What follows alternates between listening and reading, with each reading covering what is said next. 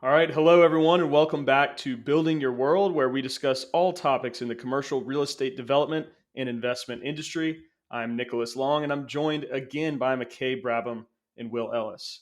Just a quick reminder, you can find us on Spotify, Apple Podcasts, and YouTube. And please also follow us for updates on X. On today's episode, we are joined by a true expert in real estate development, historic preservation, and urban planning. Dr. Robert Benedict is the director of the Master of Real Estate Development program at Clemson University, where he brings over 25 years of industry experience to the next generation of real estate professionals. Dr. Benedict has a PhD in environmental design and planning from Clemson University, a master's in historic preservation from Goucher College, and an MBA from the University of Georgia.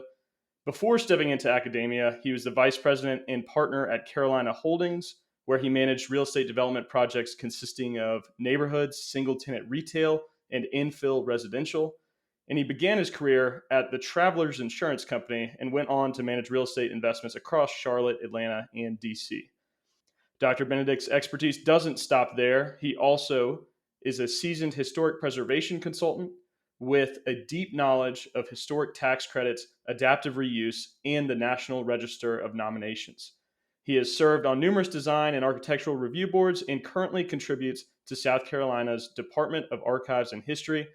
I, of course, could keep introducing him all day, but we'll just talk to him. Today, we will be discussing his career, adaptive reuse, historic buildings, and more. So let's jump into it.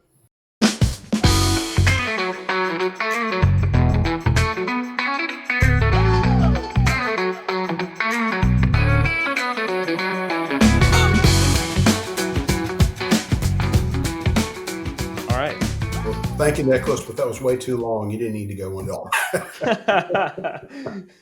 Well, yeah, thanks. We're very excited. Thank you so much for jumping on the podcast. We're really looking forward to the conversation and kind of hearing what you've been up to. So you obviously went into retirement, but you're back as the director of the MRED program. I hope that's going well. How is that? Yes, that's going fine. The best part of it is I get to work with students again. Um, just like I've thoroughly enjoyed having you guys as students. We've got a good class right now. But yeah, I failed at retirement not once but twice. They keep luring me back. But this time it's final. This time I promise you, Yeah. I am going to retire come June this year. Yeah. Okay. Gotcha. What courses are you teaching right now? Well, this year I've taught real estate investments, finance and investments. I've also taught my favorite course, which is basically a preservation economics class. I'm Yeah. teaching this spring a sustainable urban development class. And I've also taught in the city and regional planning program the last couple of years, teaching a studio class, which is basically one of their capstone classes. Okay. Yeah, that's really cool.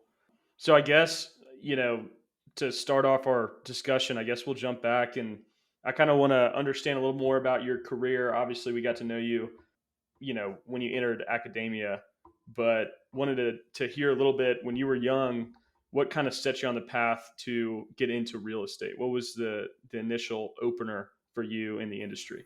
Well, I came out of Georgia's MBA program, and it was a strange coincidence where I wound up in real estate anyway. I had a job interview with the Travelers, and it was for a surety bond analyst. Sounds exciting.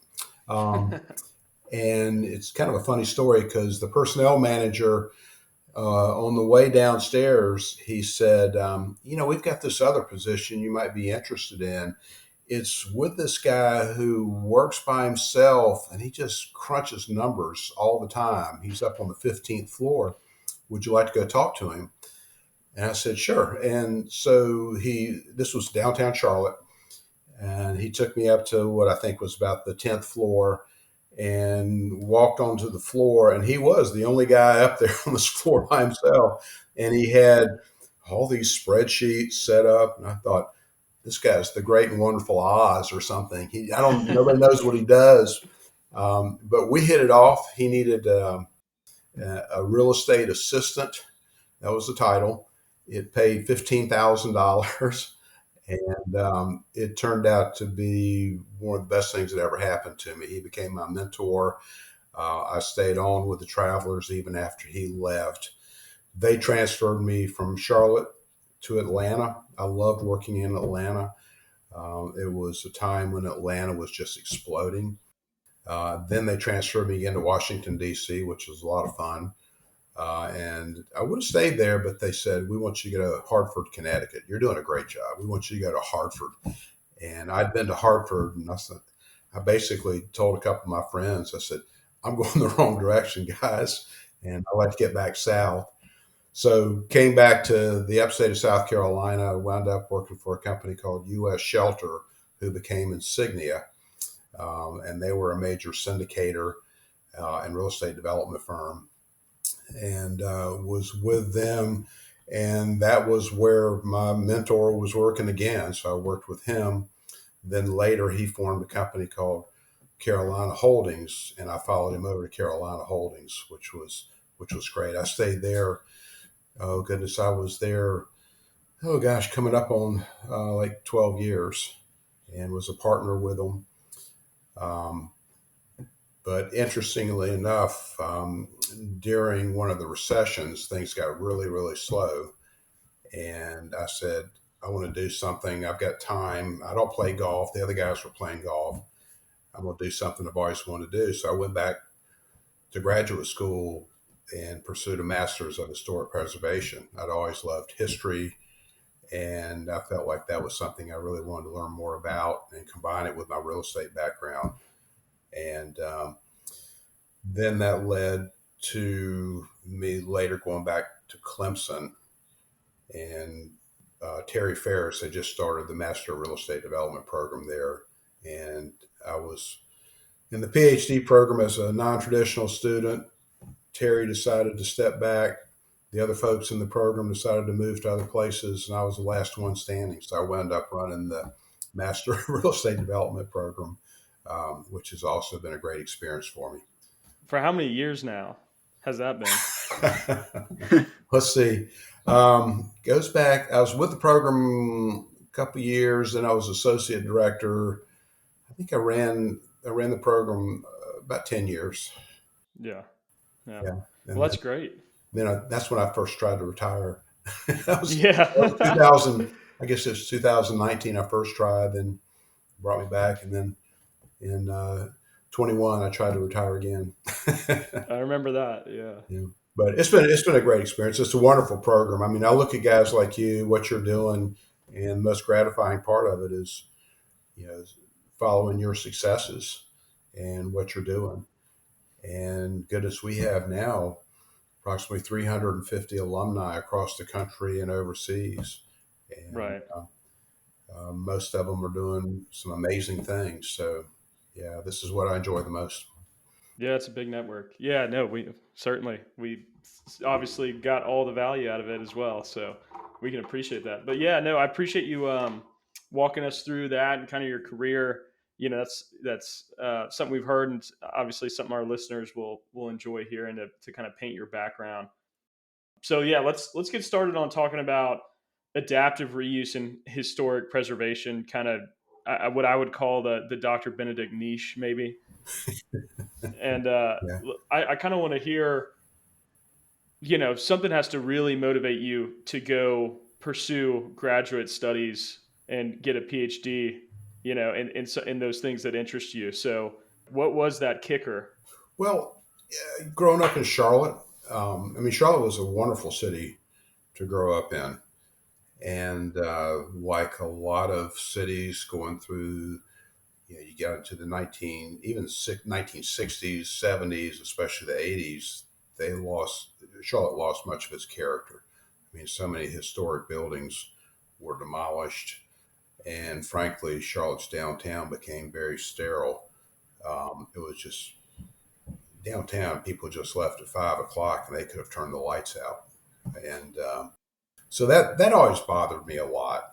It really did. And then I was working in Charlotte again, and on the real estate side, I felt like real estate developers were always looked at kind of sideways, like, what are you guys doing? This is contrary to what you should be doing in terms of enhancing a community and giving something back to the community. And part of that's retaining the character of a city. So, I learned pretty quickly that real estate and historic preservation are not mutually exclusive. They go hand in hand. And I became aware of some individuals that had kind of carved out a niche, like you said, Nicholas. They were finding old, dilapidated historic structures, and they rehabbed them. And then there's this funny little thing that came along um, called historic tax credits, and that's when the light really went off. The whole pitch was this will level the playing field because yes, historic properties, if you're dealing with them, they're extremely difficult. But with the historic tax credits, it in fact levels the playing field. It also helps in terms of reducing your equity requirements. And it, especially for somebody just starting out, I started doing some smaller projects on my own at that time with historic buildings. And I realized, this could be, if you can endure the pain and the additional length of time, this could be a pretty lucrative way to get into development on your own. Yeah. So, quick question on that. I guess, what boxes have to be checked for a building to be eligible for historic tax credits? And how is it different then and now? Well, yeah, starting with the last question, the historic tax credit program has changed quite a bit over the years. And to be honest with you, here we are again today. It's in the crosshairs, whether it's really going to survive or not. However, it's always got bipartisan support from both sides of the aisle Hmm. because they recognize it as an economic development tool, and it has generated a lot of good economic development in downtowns. But the historic tax credits. Um, well, yeah, there's a couple of boxes that have to be checked. Number one, it has to be either listed on the National Register of Historic Places, or it has to be a contributing resource in a historic district. Okay. Gotcha. Now, without getting into the weeds too much, you have a couple of different levels. You have, the National Register of Historic Places, which is administered by the National Park Service, the Department of the Interior, and they work with each state's historic preservation office. But then, in addition to that, you also have what are called local overlay preservation districts, too. But if you're going to pursue the historic tax credits, you need to be either on the National Register or as a contributing resource. Now, a lot of properties are not on the National Register. So, what they'll do, developers will say, okay, I want to pursue the historic tax credits. And with that first step of getting it nominated and listed on the National Register, they're running a parallel path. They'll start the whole nomination process. A building has to be most always 50 years old as a minimum. Mm, Okay. okay. And there's different criteria where the building must be historically or architecturally significant. And what they look at, the Park Service, what they'll look at is it associated with a particular event? Is it associated with a particular individual? Does it contribute to the local history or the evolution of a community? And then the other criteria is it's largely for archaeological reasons. Will it yield future evidence of archaeological significance? Oh, So you go through several different steps, getting it listed, and then the SHPO, the State Historic Preservation Office, will issue a letter saying this is deemed eligible. And that's kind of the green light where you can start the historic tax credit application. And it's a pretty rigorous process. You have to go through and address each scope of the work. You have to state what the current condition is. You have to explain what the scope of the work is going to be. For example, windows. I mean, windows are always a lightning rod.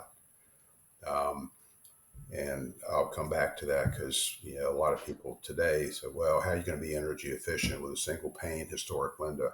But the Park Service has recommendations on that. But they want to know what you're going to do to retain or repair those historic windows. They do not want you to replace them unless they're so badly deteriorated. There's no other option. Okay, that's also true with take for example, the exterior of the building. What are you going to do? Even cementitious material is not typically allowed. They want you, if it's a lapped wood siding, they want you to repair and retain that lapped wood siding. Hmm. And the list goes on and on and on with all the different items. Now, with historic tax credit, this is where it gets fairly tough for a lot of developers. It also addresses the interior of buildings.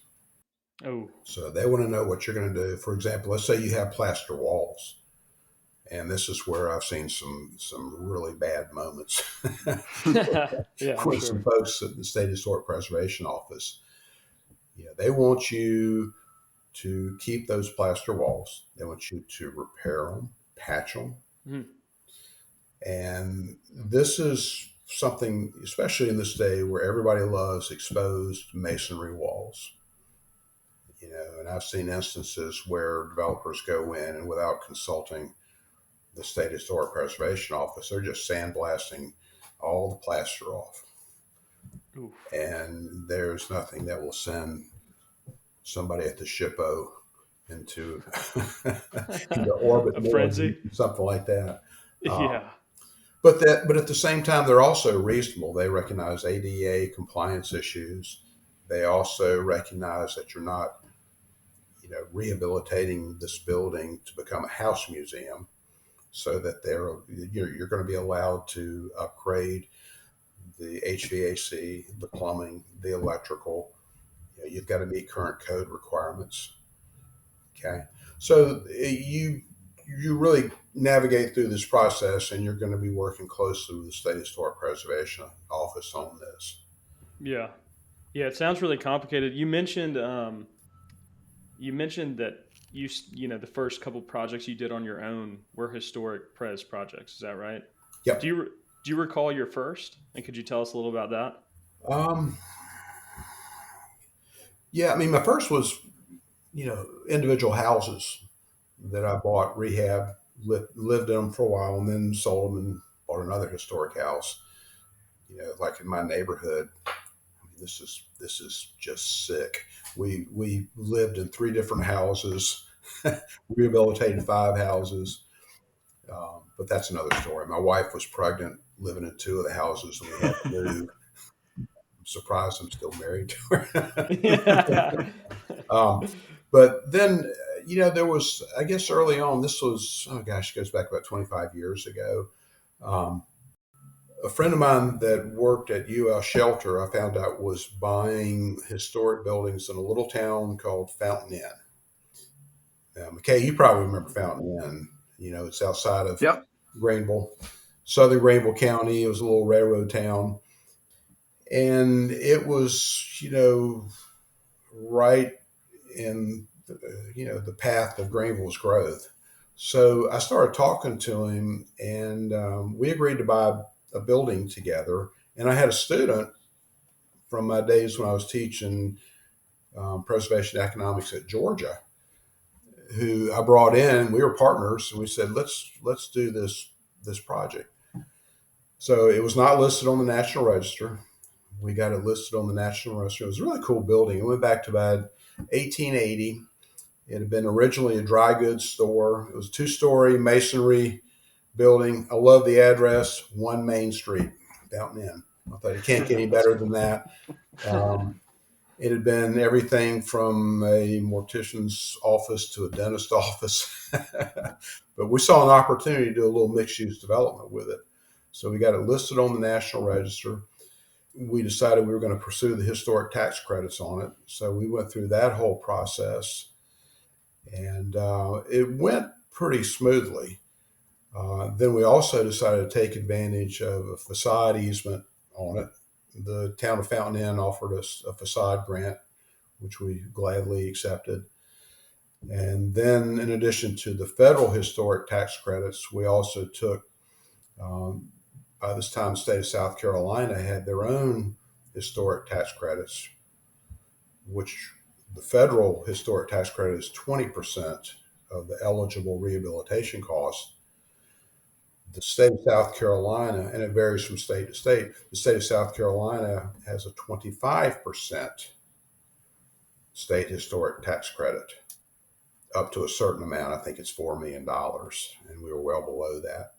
So we were able to layer in those historic tax credits. And for guys that didn't have a whole lot of money, it was a way for us to kind of raise some equity. We sold the tax credits and got into this building for virtually no equity at all, rehabbed it, and we said, yeah, kind of like that strategy. So we bought another one in Greenville on Park Avenue, East Park Avenue. It was a former residence that we bought, rehabbed that, converted it into a professional office building. The one in Fountain Inn, by the way, we had 3 ground floor retail bays and 2 apartments upstairs, which worked pretty well. And then the one in Greenville, we just did a strictly an office rehab. And then I was at the same time I was buying some single family homes that were historic and rehabbing those and selling those. I've got a quick question. Is Dr. Benedict, is it common of you to be able to obtain all your approvals necessary to do a historic deal within a typical due diligence timeframe? Or in many cases, do you end up just going ahead and closing on it? Or have you found that sellers were typically understanding of the situation and maybe this deal wouldn't have come about without this unique situation? That's a great question, McKay. I mean, it really is a good question because we the answer is you really need to get an extended due diligence period.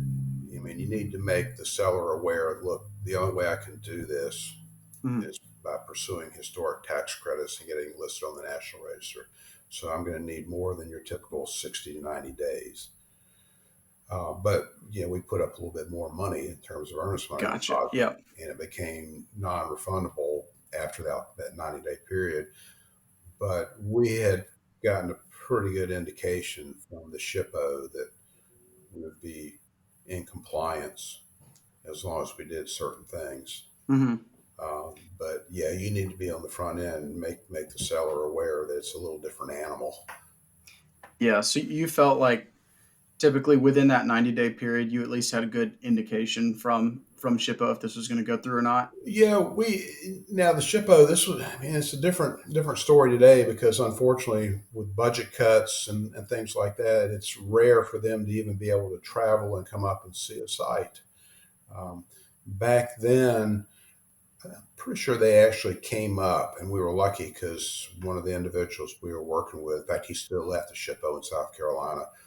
He's from Greenville, and I think he combined coming up to see it to go visit his parents. So he swung by Fountain Inn, took a look at it, and he said, Yeah. "I like what you're doing. I think this might work." So that was a pretty good indication. But yeah, I've known of other developers who just assumed it was going to be a given, and it became a really tough task going back and renegotiating with the seller, trying to get more time and more time. Hmm. Um, and there's some real horror stories out there. Um, I mean, you guys are familiar with the cigar factory down in Charleston that William Cogswell and Jay Weaver rehabilitated. I mean, that originally was a condo deal, and that blew up because of the recession.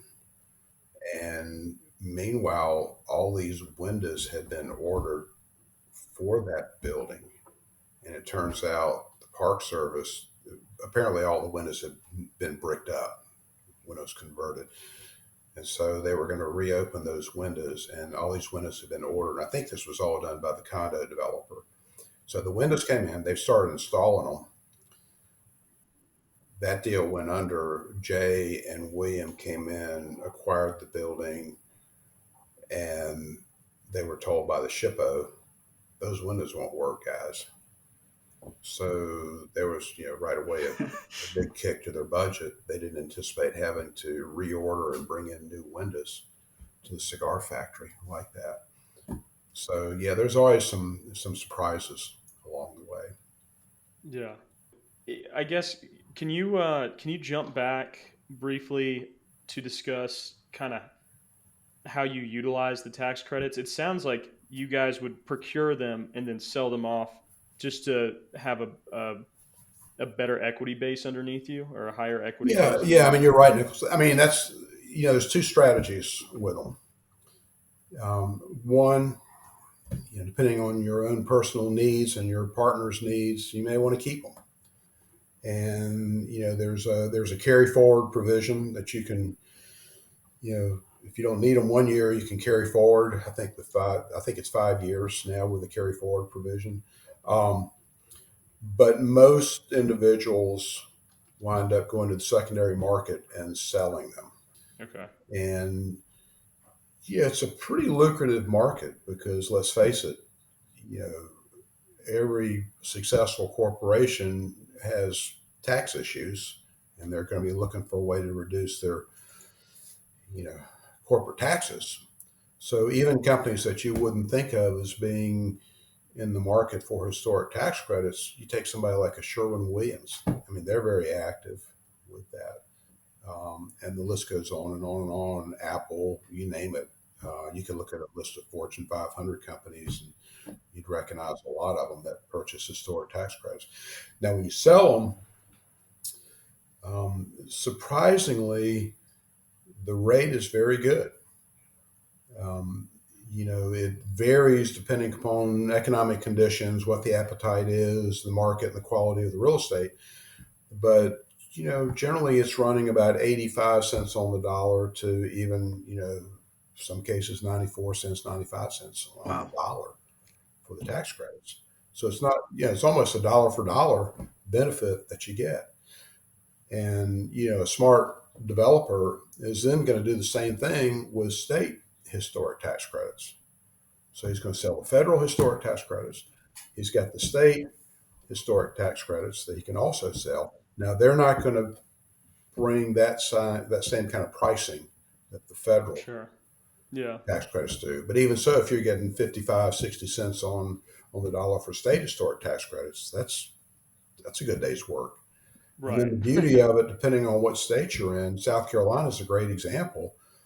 You have some other options you can add on top of that as well. With the Textile Revitalization Act, there's another 25% state tax incentive, or another one is the abandoned buildings historic, the abandoned buildings tax credit. And that was not even created for historic buildings. That goes back to the days of big boxes vacating stores. You can't take both of them, but you can take either if it's related to the textile industry in some way, even if it's just the footprint of the original textile mill. If it's no longer there, you can still take advantage of the textile tax credit, or you can take the abandoned buildings. And then the other one that a lot of people may not be aware of on the local level, you've got what's called the Bailey Bill in South Carolina. And the Bailey Bill is a freeze on your property taxes at the pre-development assessment. So, as if you rehabilitate a structure, it goes up in value, and your property taxes are going to go up when you complete it.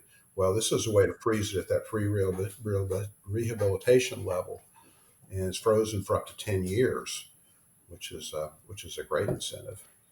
Yeah. How do you find out about all these tax credits and how do you kind of keep updated on them? There's some very good consultants out there. There's a number of folks that um, they're, they are always willing to offer you some free advice with the hope that you'll, Use let them? them, Yeah. either broker the historic tax credits or let them do all of the work that needs to be done in terms of creating the paperwork for it. But you can easily follow a lot of this on your own just by going to the National Park Service website. Secretary of the Interior website has you know a preservation multiple preservation pages devoted to historic preservation, and they address the tax credits in that. The the South Carolina Department of Archives and History. If you go to their website and go to historic preservation, they also have different pages on tax credits there. Um, so those are easy to follow. In fact, they're fun to follow. And there's also some statewide nonprofits that are pretty active. Here in South Carolina, we've got one, Preservation of South Carolina. That's a pretty good resource. Two excellent statewide nonprofits are the Georgia Trust for Historic Preservation and Preservation North Carolina. And in addition to everything you want to learn in terms of resources, both of those nonprofits have revolving funds. And with the revolving funds, I love going and just looking at the properties they have because they typically like to gain control of endangered properties. They'll stabilize them and then they'll try to sell them. And you'll look at some properties, and a lot of them in small towns, but you think, wow, that's relatively inexpensive. And it's just fun to track those properties and see what's happening with Yeah, for sure. Are you taking on any new stuff nowadays, or would you them. rather not deal with the headache? um, now that my days are winding down at Clemson, I would like to get back in and do another historic rehab Oh, that's great to project. hear. I've invested in I've invested in one recently that's with another classmate of yours, um, Kurt Wallenborn. You remember Kurt? He may have been just before you guys. I think so. Yeah, he was just before you guys, and he bought a building on East Park Avenue in Greenville, and his story is kind of interesting because he rehabbed it, got all the historic tax credits and everything, and then he raised additional equity through the Vicinity platform, which is kind of a social media Hmm. crowdfunding Yeah, approach. yeah. So yeah, he got me to To partake in join it. in. So. Well, that's he great. did he did a great job with it. It is a beautiful structure. Dr. Benedict, when you're navigating the puts and takes of an adaptive reuse with the local municipality, like for example, here we had a major fire risk, and going back with lap siding, you would never be able to get it insured. How do you skillfully go negotiate that process with the local municipality and the historical preservation review board? If you want to go with like a cementous siding instead. That's always a lot of fun. I mean, it can be tough. It depends a lot on the municipality. I mean, Telluride, I imagine, it's a lot tougher than somewhere that maybe like Anderson, South Carolina, something like that. Not to take a shot at Anderson, or Charleston is extremely tough, but it all comes down to the design guidelines that town has. Here in Greenville, our design guidelines are reasonable. The Architectural Review Board, frankly, I think they could be a little tougher, my honest opinion. Um, but the key is sitting down with them instead of sitting down with them early on. And you guys know all this. You sit down with them, show them your plans, talk through your challenges, what you're trying to do, but be familiar with the design guidelines when you go into that meeting. The worst thing you can do is just show up and say, "This is what I'm going to do." And the windows. Yeah, the windows. I got to replace them. They're energy efficient. I need to replace all the windows. Um, yeah, I want to take down the chimney. I don't need that chimney anymore. It's going to cost me too much to. That's kind of stuff that I see sometimes, and that's just not very bright to do. Yeah, well, that makes sense. So the pre-application meeting, definitely well worth the $300 or Yes. whatever the municipality is charging you. Yeah. Yeah. Yeah. It is. You hate to be spending money when you don't know how they're going to react, but at the same time, it's money well spent. It really is. And most of them, yeah, especially with historic buildings, I mean, they want these buildings to be preserved and rehabilitated, and so they're, within reason, they're gonna try to accommodate what you need to do. So, for someone new to the business wanting to make a go at a historic preservation project, do you think that their first step is researching what's on the historic uh, register right now? Is that kind of square one? Yeah, or is it like just trying to understand, if there's, let's just say, historic buildings in your area, is it trying to identify a good argument, or is it like, a good argument for why those buildings should be on the historic? Uh, Yeah, what's really easy to do is get to know the local historic preservation overlay districts. But at the same time, yeah, you'll want to look at what's on the National Register, but a lot of those are on a city's website anyway. But look at the local historic districts. The other thing that, and this is really useful if somebody's looking to find a historic property, virtually every city or town has done at some point a historic resources survey where they bring in a consultant and they go through the whole town, the whole city, and identify all the historic resources. Now, a lot of those are not listed on the National Register. A lot of them are not in local districts, but that's a great way. Yeah, you could just go down the list in Greenville. Mm-hmm. You could find, you know, properties that are deemed historic, say in the village of West Greenville, and they're not designated, but yeah, there's some opportunities there. And then there's some brokers, real estate brokers, that really know those districts and also share a love for historic properties.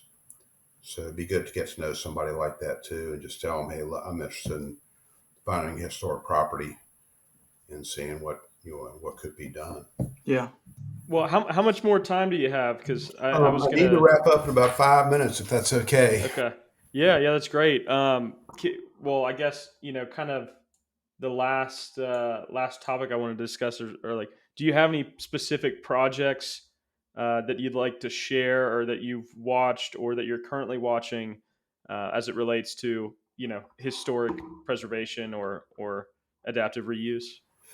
Yeah, I mean, um, I'm a member of the National Trust for Historic Preservation, just because I love reading about different projects all across the country. Some of my favorite projects, and they're not in this area, are there's a hotel in San Antonio. And it was a former brewery, the Pearl Brewery, and they rehabbed it. They built within that complex a wonderful hotel, 5-star hotel, Hotel Emma, and it is just a wonderful. It's probably my favorite adaptive use project anywhere. But there's others like that. I mean, you guys are familiar with Ponce City Market, what's been done there. Um, That's in Atlanta, correct? yeah, Yeah. Atlanta. That's a great case of what can be done. Former Sears catalog distribution warehouse, 2 million square feet. And we used to tour it when it was empty, and it was scary. Um, It's a beast of a project. It is. It is an yeah, awesome spot. yeah. One that's really interesting in a town that I'm intrigued with is in Morganton, North Carolina. Now, Morganton, like Bull Street in Columbia, Morganton has a former um, asylum, mental health asylum.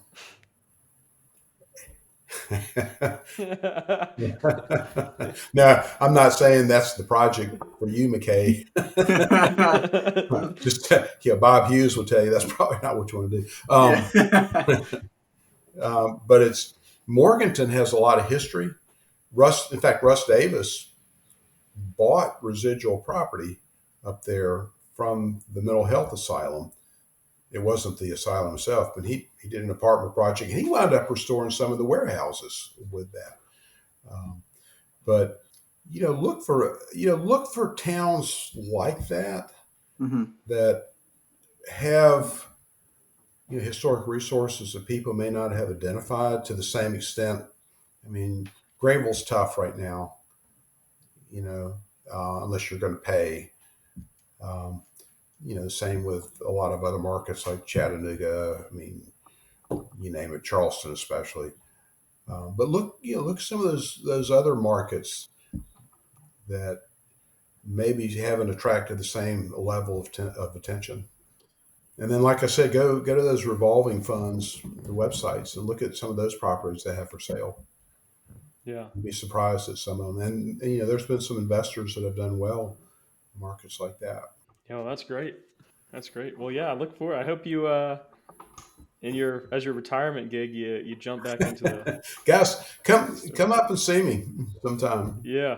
Yeah, I'd like to. Will, you can fly in on Frontier Airlines and Yes. Yeah. I think there is a direct flight from Greenville to Montrose. yeah, that's what I thought. So yeah, so I might come see you tomorrow. yeah, come on by, okay? Yeah. You're close by. It's easy. Have to do dinner or something sometime Yeah, soon. That'd be fun. I probably owe McKay a visit. But yeah, all right. Well, let's. I don't want you to be late for your next obligation. So I really appreciate you jumping on. We enjoyed our discussion. Thanks, It's always thanks, great. thanks for having Yeah. me, and really Yeah. appreciate you guys having the kind of interest you have, and what I love. So Yeah, it's Thank you. awesome. Let's talk about it. And it's cool getting to hear about something that we don't really do every day. Yeah, we don't No. get to deal with this. I don't deal with this ever, and McKay's more likely, I think, of all of us to come across a project like that. Sometimes they'll come out of the blue. You'll just stumble on something. I'm sure Yeah. there's still some opportunities in Somerville.